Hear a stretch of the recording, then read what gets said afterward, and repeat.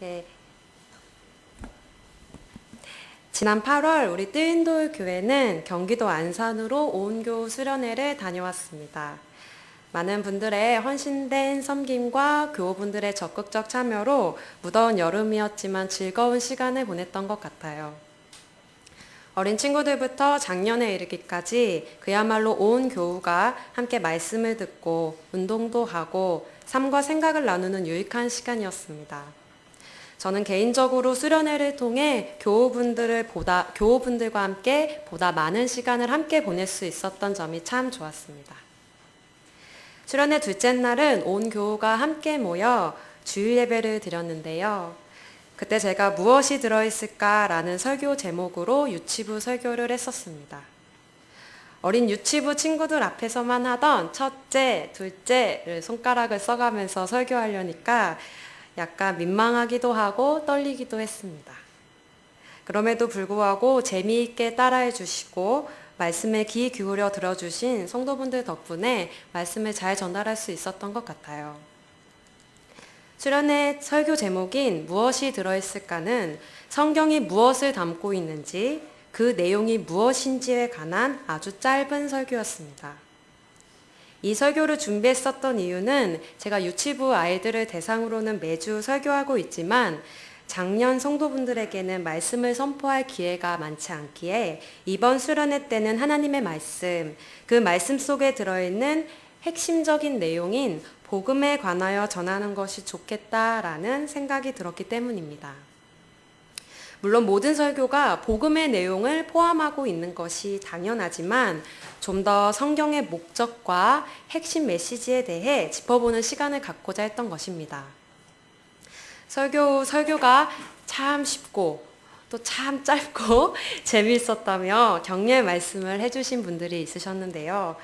끝마치고 나니 아쉬운 마음에 다음에는 성경의 목적과 내용에 대해 좀 더 깊이 전달할 수 있는 시간이 있었으면 좋겠다라고 생각했었는데 그 시간이 이렇게나 빨리 돌아올 거라고는 그때는 상상도 하지 못했습니다.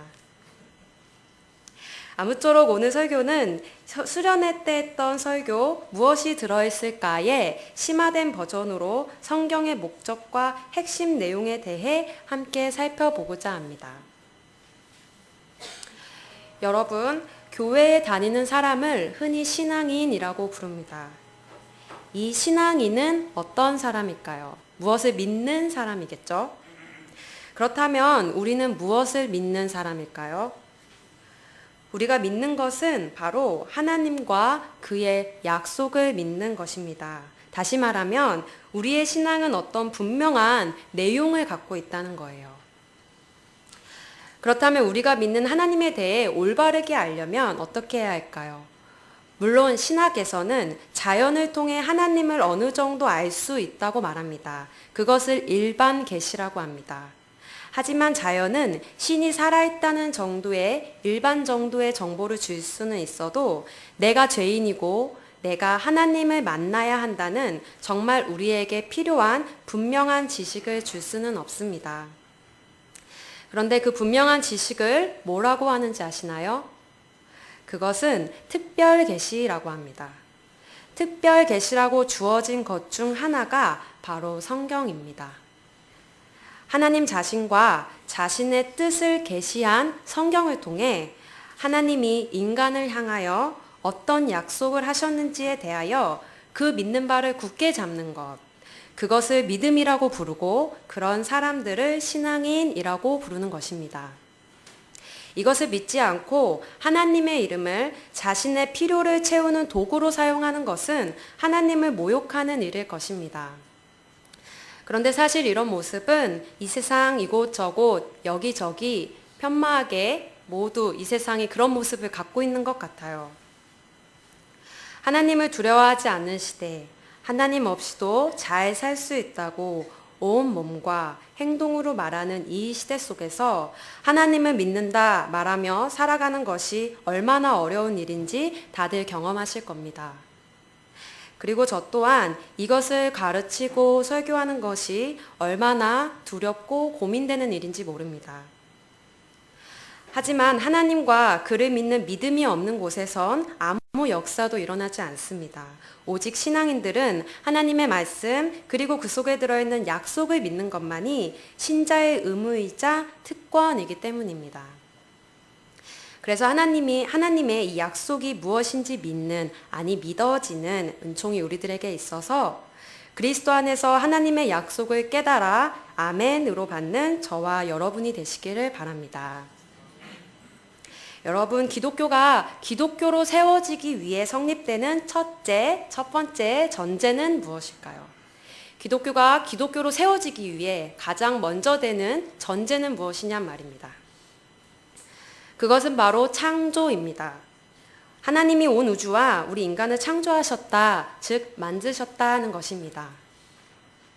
성경은 창세기 1장 1절 태초에 하나님이 천지를 창조하셨다를 통하여 하나님께서 온 우주와 인간을 만드셨으며 1장 27절에 하나님이 자기 형상 곧 하나님의 형상대로 사람을 창조하시되 남자와 여자를 창조하시고를 통하여 한 인간을 만드신 걸 선포하고 있습니다. 결국 우리가 믿는 기독교의 전제는 성경의 주장대로 하나님이 실존하심과 실제 존재하심과 그분이 우리와 이 세상, 온 우주를 지으셨다는 것부터 출발해야 되는 것입니다. 그러면 하나님은 우리 인간을 왜 지으셨을까요? 사랑하셔서요? 맞습니다. 하나님은 그의 사랑 때문에 우리를 지으셨습니다. 성부, 성자, 성령의 영원 전부터의 연합과 교제가 사랑의 결실을 맺은 것입니다. 마치 우리들의 가정으로 비유한다면 엄마, 아빠, 즉 부모님의 사랑의 결실이 지금의 우리들을 낳게 된 것처럼 말입니다. 물론 이것과 직접 비교하는 것에는 무리가 있을 수 있겠지만 성부, 성자, 성령 세 위격으로 존재하시는 하나님의 사랑의 교제와 연합의 결실이 또 다른 사랑의 존재를 탄생시킨 것입니다. 그게 바로 인간, 저와 여러분입니다. 그리고 하나님께서는 그렇게 창조하신 인간과 사랑의 관계를 맺기를 원하셨어요. 그래서 우리를 당신의 자녀로 혹은 당신의 친구로 삼아주셔서 끈끈한 사랑과 우정에 대해 가르쳐 주셨습니다. 여기서 중요한 건 인간은 피조물이라는 것인데 피조물이란 것은 하나님께서 부어주시는 생명력으로만 살 수 있는, 즉 은혜로만 살아가는 존재라는 것입니다. 다시 말해 우리는 하나님에게 절대적으로 의존하여 그의 자녀요, 백성이요, 벗이요, 신부로 특권을 누리며 살아가는 사랑받는 존재로 지어진 것입니다. 그런데 하나님께서 의도하신 이런 사랑의 관계는 자율적이고 선택적인 성격을 가집니다.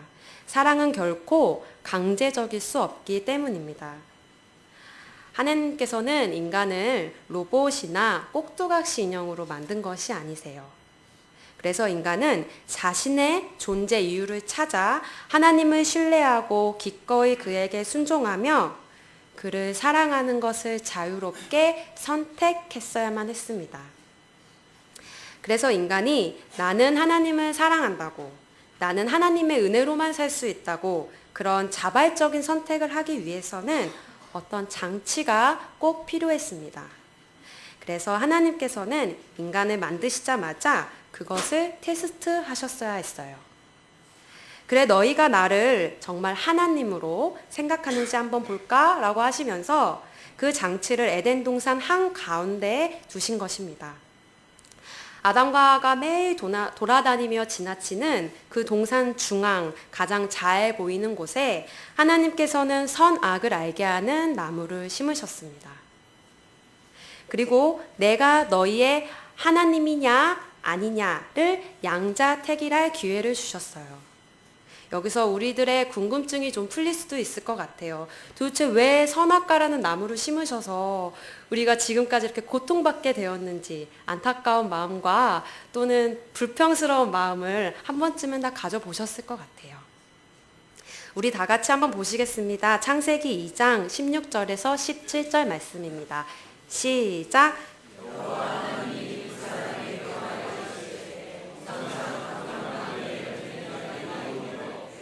선악을 알게 하는 나무의 열매는 먹지 말라. 내가 먹는 날에는 반드시 죽으리라. 여기서 반드시 죽는다는 히브리어로 무트로서 죽고 또 죽는다는 강조법입니다. 반드시 죽는다는 것입니다. 저는 어렸을 때 주일학교를 다니면서 이 본문의 말씀을 들을 때마다 백설공주 동화 이야기가 생각이 났었어요. 여왕이 백설공주를 죽이기 위해 사과에 독을 묻혀 유혹한 것처럼 하나님께서도 인간을 시험하시기 위해 예쁘고 맛있어 보이는 사과에 죽음의 독을 묻혀 보셨나 보다 라는 상상을 했었어요.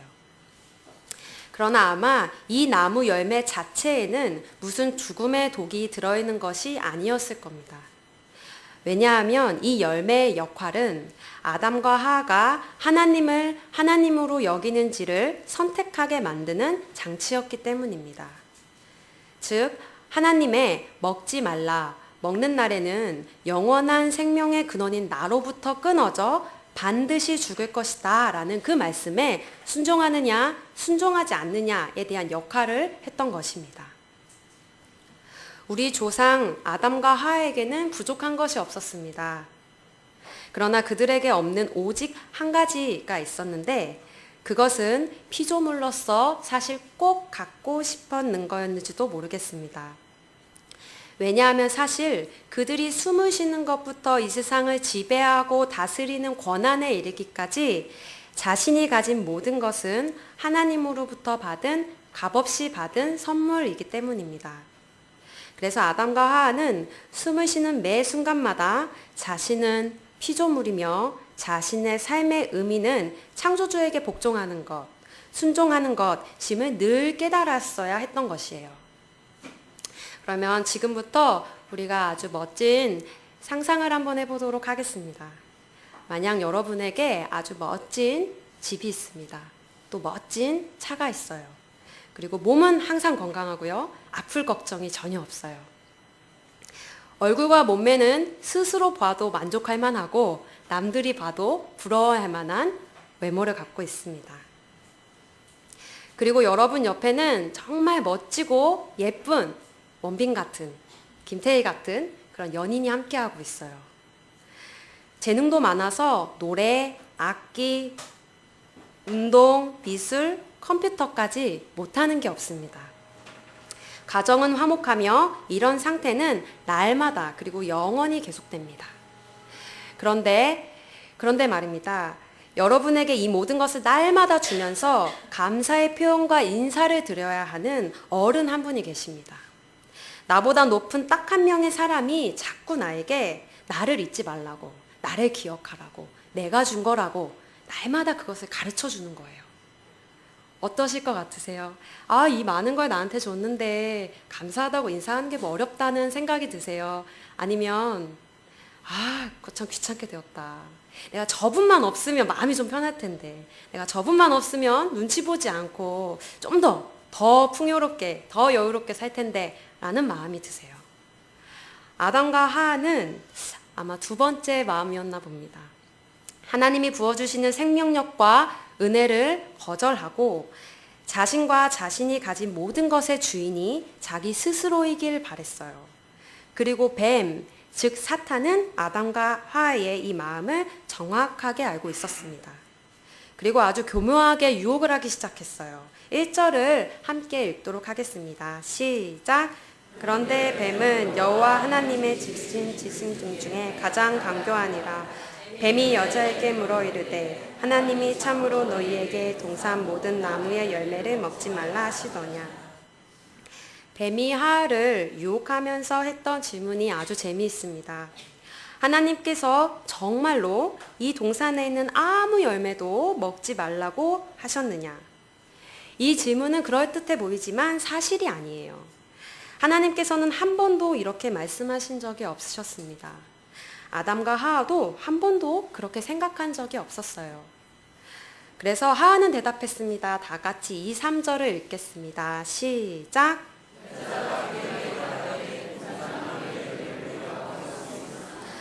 동산 중앙에 있는 나무의 열매는 하나님의 말씀에 너희는 먹지도 말고 만지지도 말라 너희가 죽을까 하노라 하셨느니라. 하하가 대답했어요. 그렇지 않아요. 하나님께서 이 동산에 있는 모든 것을 먹어도 되는데 동산 중앙에 있는 선악과만 먹지 말라고 그리고 만지지도 말라고 하셨어요. 그런데 뒤에 말이 좀 이상합니다. 하나님께서는 분명 창세기 2장 17절에서 선악을 알게 하는 나무의 열매를 먹지 말라. 내가 먹는 날에는 반드시 죽으리라. 라고 먹지만 말라고 말씀하셨는데 하와는 먹지도 말고 만지지도 말라고 하나님의 말씀을 가감하고 있어요. 더하고 빼고 있는 거예요. 그리고 뱀이 말합니다. 4, 5절을 함께 읽겠습니다. 시작. 뱀이 여자에게 이르되 너희가 결코 죽지 아니하리라. 너희가 그것을 먹는 날에는 너희 눈이 밝아져서 하나님과 같이 되어 선악을 알 줄을 하나님이 아시니라. 뱀은 반드시 죽는다고 하신 하나님의 말씀에 무언가를 또 더하고 빼고 있어요. 시작은 하나님께서 어떻게 말씀하셨는지 하나님의 말씀을 가지고 질문을 시작하다가 끝에 와서는 하나님의 말씀을 이상하게 변형시키고 있는 거예요. 자, 여러분, 처음은 맞지만 끝에 가서 다른 것을 우리는 이단이라고 합니다. 다를 이자의 끝 단자로서 즉 끝이 다르다는 겁니다. 처음에는 하나님 말씀을 가지고 그럴듯하게 다가와서 끝에 가서는 전혀 딴소리를 하고 있는 거예요. 이것이 사탄이 인간을 속이는 교묘한 방법인 것이죠. 하나님처럼 눈이 밝아져서 하나님과 같이 선악을 알게 된다는 이 뱀의 말에 하하가 선악과를 보는 시각이 달라지기 시작했습니다. 같이 6절을 읽어보겠습니다. 시작.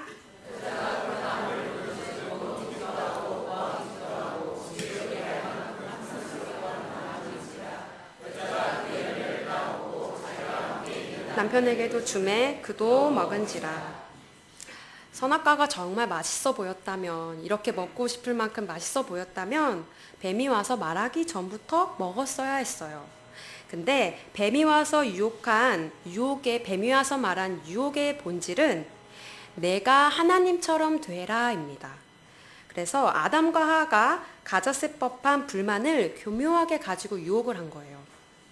결국 선악과라는 장치를 통하여 내가 하나님을 하나님으로 섬기고 그의 말씀을 따라 순종하는 피조물로서의 자리를 지키던지 아니면 내가 하나님의 말씀에 불순종하여 하나님과의 관계가 끊어져서 이젠 자유롭게 스스로 내가 하나님이 되어 살아라 라는 것입니다. 아담과 하하는 욕심이 났습니다. 자신들보다 높은 그 자리를 차지하고 싶어졌어요. 그래서 선악과가 정말 먹음직도 하고 보암직도 하고 자신들을 지혜롭게 할 만큼 탐스러워 보이기 시작했어요. 그리고 그 열매를 따먹는 불순종을 통하여 자신들이 스스로 하나님이 되고자 하는 길을 선택한 것이죠. 저에게는 이 세상 누구보다 저를 끔찍하게 아껴주는 한 남자가 있습니다. 그는 제 전화 한 통이면 제가 어느 곳에 있든지 저를 향해 달려올 수 있어요. 그리고 제가 밥을 먹는 순간에도 눈을 떼지 않고 바라봐요. 부담스러워 죽겠어요. 체할 것 같고 밥 먹는데도 계속 쳐다봐요. 사랑스러운 눈길로. 제가 자고 있을 때에도 스며시 제 방에 찾아와 저를 위해 기도하고 간다는 사실을 저는 알고 있습니다. 제 인생에서 이런 남자를 또 만날 수 있을까 싶을 정도로 저를 정말 아껴주고 사랑해주는 남자입니다. 이 남자는 바로 저의 아버지이십니다. 저의 아버지는 흔히 말하는 사랑꾼이세요. 아직도 집에 가면 다 큰 딸을 향해 이쁜이라고 부르시고요. 사랑의 표현이 거침이 없으신 분이세요. 자식 일이라면 자기 일 다 제쳐두고 달려오시는 그런 분이세요. 맏딸인 저는 부모님으로부터 많은 신뢰와 믿음을 받고 자랐습니다. 그래서 저는 어렸을 때부터 내가 하고 싶은 일을 하며 살아라 라는 말을 자주 들었고 제가 하는 결정이나 선택에 대해 부모님은 대부분 지지해 주셨어요. 그런데 제가 자라면서 하지 말아야 했던 딱 한 가지가 있었는데 그것은 외박이었습니다. 그래서 저는 고등학교 때까지 친구들 집에서조차, 친한 친구들 집에서조차 잘 수가 없었어요. 그리고 12시 이전에는 꼭 들어와야 했었습니다. 물론 제가 집순이 스타일이어서 12시 이후까지 놀 일은 별로 없었지만 말입니다. 그런데 어느 날 고등학교 동아리 활동을 하며 밤 늦게까지 놀게 된 일이 있었어요. 그래서 조금 늦게 들어간다는 짧은 문자를 한 통 남겨둔 채 부모님의 전화를 받지 못하고 밤 늦게까지 놀다 집에 들어갔습니다. 저는 부모님이 당연히 저를 이해해 주실 줄 알았고 주무시고 계실 줄 알았어요. 그런데 부모님이 주무시지도 않고 기다리고 계시는 거예요. 그리고 아빠는 내 맘대로 살고 싶으면 이 집에서 나가라! 라고 크게 화를 내셨어요. 저는 그 소리를 듣고 서러움과 섭섭함으로 부모님을 원망하기 시작했어요. 나에겐 자유가 없고 오직 부모님의 구속에 갇혀 사는 것 같은 느낌이 들었고 이 집은 감옥 같았어요. 그래서 저도 같이 아빠의 화에 맞불 작전으로 화를 내기 시작했어요. 나를 사랑한다면 나를 자유롭게 놓아줘야지 왜 나를 숨도 못 쉬게 하는 거예요? 라고 하면서 저도 같이 화를 냈었어요. 웃기죠? 다라고 하셨는데 단 한 가지 나를 위하여 지켜야 하는 단 한 가지 약속을 요구하셨는데도 불구하고 저는 자유가 없다라고 느낀 겁니다. 이게 바로 아담과 하와의 모습이고 바로 저의 모습이었던 겁니다. 그런데 이 선악과 사건은 저의 경험처럼 단순히 부모님과의 단절이나 또는 친한 친구와의 절교를 한 수준의 문제가 아닙니다. 인간에게 생명과 가치와 삶의 의미를 부여하고 그것을 유지하시는 창조주 하나님과의 단절입니다. 그래서 인간은 하나님을 믿지 않고 뱀, 사단의 말을 믿었고 하나님께 불순종하여 그분을 떠나게 되는 죄를 저지르게 된 것입니다. 그리고 우리는 이 영원한 생명에서부터 떨어져 내가 먹는 날에는 정녕 죽으리라 라는 말씀처럼 죽을 수밖에 없는 존재들이 되었습니다.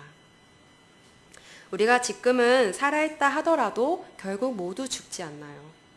숨을 쉬고 팔 다리가 움직이고 말하고 생각한다고 영원히 살아갈 수 있는 것은 아닙니다. 우리 모두가 한시적인 한계를 갖고 일시적인 삶을 살아가는 오늘 죽을지 내일 죽을지 모르는 죽은 목숨들인 거예요. 아담과 하와는 선악과를 따먹고 하나님을 떠나게 됐습니다. 그리고 그들 스스로 자기 인생의 주인 노릇을 하기 시작했습니다. 그래서 자신들이 선과 악을 구분하며 스스로 하나님이 되었죠. 그리고 이 땅에서 안전을 찾기 시작하고 스스로 행복을 찾으려 몸부림을 치는 삶을 살았어요. 이처럼 하나님과의 관계가 끊어진 상태, 스스로를 하나님으로 여기고 살아가려는 상태, 성경은 이 모습을 가리켜서 죄라고 말합니다. 죄라는 것은 도덕적으로 거짓말을 한다든지 도둑질을 한다든지 살인을 저지르는 것을 죄라고도 말할 수 있지만 지금 성경이 말하고 있는 죄는 하나님으로부터 끊어져 자기가 하나님 없이도 살 수 있다라고 창조주 하나님께 반역하는 것, 그것을 죄라고 말하고 있는 것입니다. 그래서 우리가 무엇을 하든지 얼마나 성공적인 삶을 살든지 얼마나 좋은 차를 타든지 얼마나 좋은 집에서 살든지 얼마나 좋은 교육을 받으면서 살든지 심지어 얼마나 착한 일을 하면서 살든지와 관계없이 그것과는 상관없이 우리들이 하나님을 떠난 인생을 살고 있다면 그것은 생명력이 없는 삶, 죄인의 삶, 아무 소망이 없는 삶이라는 것입니다. 이것이 성경이 말하는 죄인이 되었다라는 것입니다. 얼마 전 흥행한 영화 부산행이라는 영화가 있었어요. 많이들 보셨을 것 같은데요. 외국에서는 이미 많은 형태로 제작되었던 좀비라는 소재의 영화입니다. 이 영화가 한국에서는 처음으로 성공을 거둔 영화예요. 영화 속에 나오는 좀비들은 움직이고 뛰어도 다니지만 도대체 자기가 자신이 누군지도 모르고 왜 사는지도 모르고 오직 먹이를 위해 뛰어다니는 아무 생명력 없는 존재들입니다. 살아있는 듯 보이지만 영혼이 없는 존재들. 육체는 살아있지만 어떤 생명도 없이 곧 죽을 운명들이죠. 그런데 그 좀비들이 만약에 화장도 하고 책도 읽고 춤도 추고 예쁜 옷도 걸치면서 나는 영원히 살 수 있다고, 나는 영원히 살 수 있는 존재라고 말하고 다닌다면 이 얼마나 웃긴 일일까요? 그런데 저는 이 영화를 보면서 영화 속 좀비들이 득실거리는 세상이 꼭 지금 우리가 살고 있는 이 세상 같다는 생각이 들었습니다. 그리고 그 좀비가 꼭 우리들 같았습니다. 사실 하나님의 관점에서는 인간이 움직이고 살아있는 것처럼 보이지만 그것은 뿌리 뽑힌 나무일 뿐입니다. 결국 영원한 생명 되시는 하나님으로부터 떨어져 나와 버린 인간은 모두 죽을 수밖에 없는 존재들인 것입니다. 이렇게 하나님으로부터 끊어진 상태를 죄라고 부르며 죄의 가장 확실한 결과는 죽음인 것입니다. 다 같이 7절을 함께 읽어볼까요? 시작! 이에 그들이 눈이 밝아져 자신들이 벗은 줄을 알고 무화과나무 잎을 엮어 치마로 삼았더라. 죄와 사망이 들어오므로 모든 것이 엉망이 되기 시작했어요. 범죄한 아담과 하와는 하나님의 영광이 사라진 자신들의 몸을 발견하였고 스스로 선과 악을 구분하며 한 일이라곤 고작 벌거벗은 몸을 나뭇 잎사귀로 가리는 것뿐이었습니다. 하나님에 대한 불순종을 택한 아담의 행위는 그가 피조물의 영장이며 인류의 시초라는 점에서 전 우주적 불순종이라고 말할 수 있습니다. 그의 행위는 모든 피조 세계에 죽음과 저주를 가지고 왔으며 자신의 씨로 형성될 인류를 죽은 좀비의 상태로 만들어버린 거죠. 모든 인류는 아담이 범죄할 때 그 안에 있었던 것입니다. 이것을 원죄라고 말합니다. 이 말을 할 때 마음속에 나는 아니야, 나는 상관이 없는 것 같아 라고 생각하신다면, 내가 그런 게 아니야, 아담이 그런 거야 라고 생각하신다면 그것은 우리가 변명하거나 한변할 수 있는 이유가 될 수 없습니다. 그 이유는 우리 역시 지금 의지적으로 아담과 동일한 선택을 하며 살아가고 있기 때문입니다. 모든 세대는 동일한 거짓말을 믿었으며 행동으로, 삶으로 사탄의 주장이 옳고 사탄 마귀의 주장이 내가 바로 원하는 그것이라면서 아담의 선택이 옳았음을 증명하는 삶을 우리들이 살고 있진 않습니까? 따라서 우리 모두는 개인적으로 죄에 대한 인식과 책임이 있는 것입니다. 이처럼 구원은 자기 죄에 대한 심각한 자각, 하나님과 원수 상태에서 오는 혼란과 불편함, 그리고 자기 인생에 대한 극도의 불안, 지옥에 대한 생생한 공포와 두려움이 전제된 자에게 구원의 은혜가 더 크게 다가오는 것입니다. 아까 제가 했던 저와 제 아버지에 대한 이야기를 마저 하도록 하겠습니다. 그렇게 화를 내고 각자 방에 들어가 잠을 청하기 시작했습니다. 다행히 쫓겨나지는 않았어요. 그래서 잠을 자려고 누웠는데 잠이 오질 않는 겁니다. 뭔가 억울하고 화가 나는데 마음이 찝찝한 거예요. 한바탕 울고 나니 정신도 돌아왔나 봅니다. 그때부터는 부끄럽기 시작했어요. 엄마 아빠가 날 걱정하셔서 그런 건데 내가 왜 그렇게 화를 냈을까 후회스러웠습니다. 화를 낼 때만 해도 나는 정당한 화를 내고 있다는 생각에 당당하게 화를 냈는데 왜 나는 부모님의 마음을 아프게 하는 말만 골라서 했을까 라는 생각에 잠이 오질 않았어요. 그래도 아까 너무 당당하게 화를 냈기 때문에 지금 가서 잘못했다고 말하기엔 약간 자존심이 상했어요. 그래서 그냥 잘까 생각하다가 아빠가 내일 아침 일찍부터 일하러 나가시는데 저 때문에 잠도 못 주무시고 나가셔서 다치실까봐 걱정이 돼서 용기를 냈습니다. 부모님 방에 문을 두드리니 아직도 안 주무시고 계셨어요. 부모님 방에서 조금 퉁명스럽게 왜 가서 자 라고 말씀하시는데 또 자존심이 상하는 거예요. 그래서 가서 잘까 했다가 또 용기를 냈어요. 드릴 말씀 있어요 하고 방에 들어갔습니다. 그리고 눈만 감고 누워 계시는 부모님에게 제가 잘못했어요 라고 말했어요.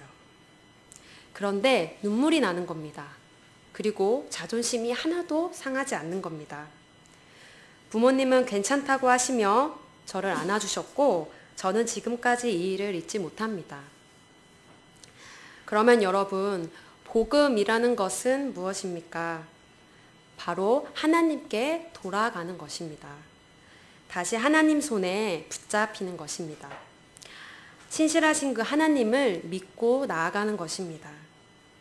제가 다시 원래 아빠의 딸로 나의 든든한 버팀목이 되어주시는 아빠의 품으로 돌아가 저의 자리를 지켰던 것처럼 말입니다. 하나님, 즉 우리의 참 부모 되시는 아버지에게로 돌아가는 것이 복음이고 구원이고 신앙의 본질이며 믿음의 삶의 결론인 것입니다. 그렇다면 우리가 다시 하나님 아버지에게 돌아가는 방법, 즉 구원을 얻는 방법은 무엇일까요? 하나님을 버리고 떠난 인간을 버리지 않으시고 구원하시겠다라는 약속으로 보내주신 그 구원자, 즉 메시아가 있는데 그분은 누구이실까요? 다 같이 로마서 5장 8절 말씀을 함께 읽겠습니다. 시작! 우리가 아직 죄인 되었을 때에 그리스도께서 우리를 위하여 죽으심으로 하나님께서 우리에 대한 자기 사랑을 확증하셨느니라. 이처럼 창세기 3장에서 촉발되는 처음 아담과 하와로부터의 전가된 죄가 그 원죄가 온 세상을 뒤덮고 있는데 우리의 죄의 대가를 대신 지시고 대신 맞으신 예수, 그 유일한 소망 되시는 예수님이 그 예수님의 든든한 십자가를 붙잡고 다시 하나님 앞에로 돌아가야 한다는 것입니다. 그분을 만나야 우리들의 인생이 달라지는 거죠. 생각이 바뀌고 행동이 바뀝니다. 세계관이 바뀌고 가치관이 바뀌는 겁니다. 우리 뜨인들 교회 교우 여러분들은 그 잃었던 생명을 찾으셨습니까? 아니면 잃었던 생명을 오늘이라도 찾으시겠습니까? 하나님이 되고 싶어 하나님을 버리고 떠나 우리의 힘으로 살아보겠다고 발버둥 치는 우리들에게 찾아오셔서 뱀의 후손의 머리를 박살내기 위해 여자의 후손으로 친히 이 천한 땅에 이 천한 몸을 입고 오신 예수 그리스도, 그 예수 그리스도를 믿으시며 나의 남편 되시는 그분을 만나보시지 않으시겠습니까? 우리가 예배드리는 이 예배의 목적은 하나님을 만나자는 데 있습니다. 하나님을 만나는 것의 핵심은 오직 그분을 만날 수 있는 유일한 길이신 예수님을 영접하는 것입니다. 부디 하나님의 놀라운 은혜와 은총을 입는 최고의 인생을 살고 영영이 그 하나님과 최고의 즐거움을 누리는 영원의 주인공 예수님의 가장 아름다운 신부가 되시기를 바랍니다. 오직 그것만이 하나님을 영화롭게 하고 하나님께 영광을 돌리는 삶이며 우리가 지음을 받은 피조물의 유일한 존재 목적인 것입니다. 오늘 창세기 3장 선악을 알게 하는 나무의 열매를 먹은 그 열매 우리 힘차게 뱉어버리시고 하나님께 그리스도 한 분 붙잡고 나아가셔서 그렇게 살지 않게 해달라고, 하나님의 은혜 없이는 나는 아무것도 아니라고, 다시 내 본분 회복시켜 달라는 간절하고도 상한 심령을 가지시고 그분께 나아가시는 뜨인돌교회 교우 여러분들이 되시기를 바랍니다. 우리 말씀 한 구절 읽고 마치겠습니다. 요한복음 5장 24절입니다. 시작. 내가 진실로 진실로 너희에게 이르노니 내 말을 듣고 또 나를 보내신 이를 믿는 자는 영생을 얻었고 심판에 이르지 아니하나니 사망에서 생명으로 옮겼느니라. 아멘. 기도하시겠습니다. 하나님 아버지, 우리는 하나님 품 안에서 우리 영혼이 안전합니다. 주의 손길로 우리의 삶을 안으시고 그 평강으로 우리를 덮어주시옵소서. 우리는 비록 넘어지고 흔들리지만 주님께서 내 안에 거하시니 우리는 하나님의 평강의 옷을 입습니다. 두려움 다 내려놓고 하나님의 십자가만 의지해 주 앞에 나아가는 우리들이 될 수 있도록 도와주시옵소서. 감사하며 예수님 이름으로 기도드렸습니다. 아멘.